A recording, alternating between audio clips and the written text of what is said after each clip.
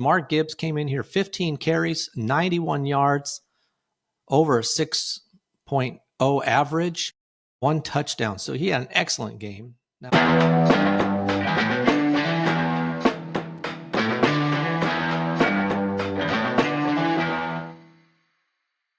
Welcome to Just the Stats NFL, the show that covers the NFL statistical leaders from the all-time greats to the current players leading the NFL. I'm Ernie Jennings, your host, and today we are looking at the Detroit Lions and the Cleveland Browns. This game was in Detroit, and Detroit handled Cleveland fairly well in this game.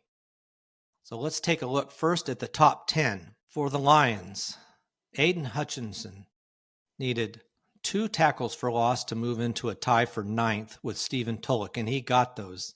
So he now has 34 along with Stephen Tulloch for 9th place. Next up for Aiden Hutchinson is Cliff Averill, who's number 8 with 37 tackles for loss. That is the only top 10 in this game. Detroit leads this series 19 games to 6. So in this game, Cleveland held it close until by the second quarter. By the halftime, it was 20-7, and it was just a difficult time for Cleveland thereafter. Detroit ran away with it in the fourth quarter with 14 points and won it 34-10. Just too much firepower, even for a good Cleveland Browns defense. All right, let's look at the numbers here. This game, it was close in some ways. Detroit had 277 net yards. Cleveland had 249. So pretty close in that aspect. Time of possession, Cleveland had it 31 minutes, 44 seconds to 28-16 for Detroit. So a little bit more time of possession as well. But a couple of fumbles by Cleveland, 1 turnover, 2 interceptions. So 3 turnovers versus 1 for Detroit. That's kind of some of the game right there. Got away from Cleveland. So let's take a look at the quarterbacks. Joe Flacco, 16 for 34 for 184 yards, only averaged 5.4 yards a throw, an attempt, 2 interceptions. He was sacked 3 times. Pretty bad quarterback rating of 39.3. Not a good game at all for Joe Flacco. He just couldn't hit many people at all. Jared Goff only had 16 completions as well, but on 27 attempts and only 168 yards. So he wasn't much better. Only averaged 6.2 yards per attempt, 2 touchdowns, 1 interceptions, but he was not sacked. So a pretty decent game plan to counter the Cleveland Browns defense, which is excellent.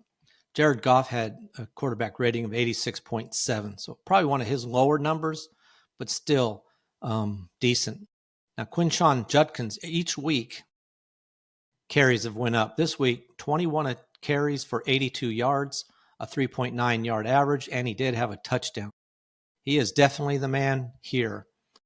Jerome Ford and Dylan Sampson each only had 1 carry and for negative yards. So you can really see Judkins going to be the man the rest of the year out, barring injury, of course. Now, Jamar Gibbs, this is somebody I wasn't sure about because of the fact that the Browns had dealt so well with some of the best running backs, and Henry and so forth, Jacobs with Green Bay. But Jamar Gibbs came in here, 15 carries, 91 yards, over a 6.0 average, 1 touchdown. So he had an excellent game. Now, on the other hand, David Montgomery, not so good. 9 carries, 12 yards. He had the big game last week, but this week, not too good at all. But Jamar Gibbs, you just can't, he's so quick, can't stop him.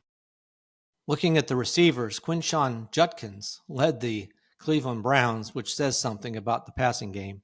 4 catches, 33 yards. So he touched the ball 25 times in this game for more than 100 yards. No touchdowns for anybody as far as receiving goes. Isaiah Bond had 6 targets, 3 catches for 58 yards.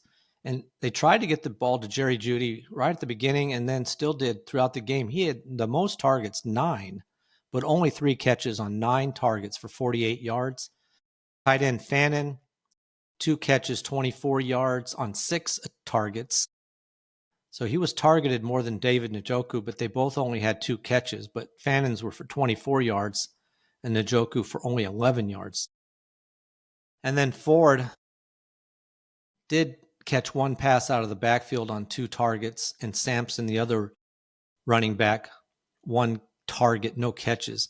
Cedric Tillman, some people had put a lot of stock into him, hoping that he would break out, 1 catch for 6 yards on 2 targets. So it really is Jerry Jeudy is the main wide receiver with Fannin as a tight end, and it looks like maybe the running back. Only 16 completions in this game, though, for Flacco.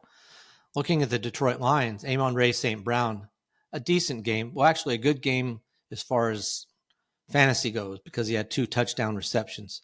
But he had 7 catches on 7 targets, only 70 yards, though, on the 7 catches. So 10-yard average, not one of his higher ones, but he did have 2 touchdowns. Sam Laporta had 3 catches for 39 yards on 4 targets. Now, Jameson Williams, they tried to get him in this game, 2 catches for 40 yards on 8 targets. He was actually targeted more than St. Brown, but only came down with 2 receptions. Now, he was targeted farther down the field a little bit, but still, they still haven't got the link there between Goff and Williams. And then Jahmyr Gibbs out of the backfield, 2 catches, 6 yards. So didn't help him too much as far as fantasy numbers go for Jahmyr Gibbs and the receptions.